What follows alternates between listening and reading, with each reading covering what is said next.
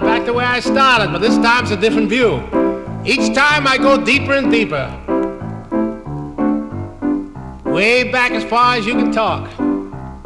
This time I'm talking about that fabulous Scott Joplin.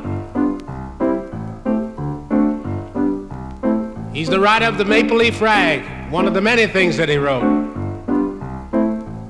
His wife's name was Lottie Joplin. Had she lived, she would have been about, I guess, 82 years old. Very spry. Lived at 212 West 138th Street, had the whole house. It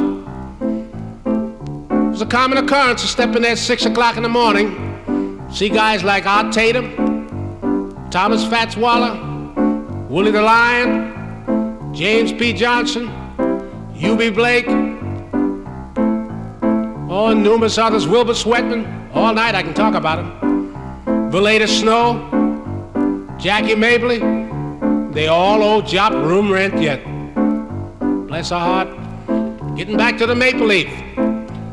The people call the era we're playing in today, they call it swing, modern, bop.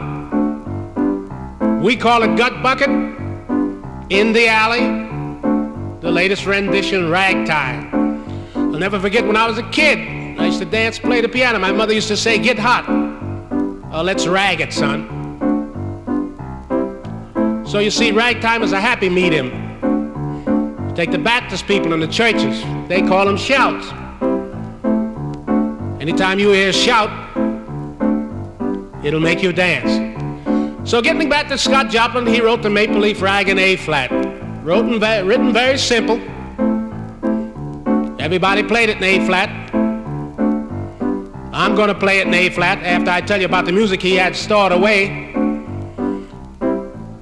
Before Miss Joplin died, I was down in the cellar, and I'll bet she had about a whole cellar full of manuscripts, modern things by Scott Joplin. You'd be surprised, classical things, operatic strains. So you see, in speaking of jazz, never play a jazz musician cheap, because usually the good ones, they all studied classics. Most of them today are digging in the operas. That goes for me too. So I'd like to play you a couple of strains of this Maple Leaf Rag. Give you an idea.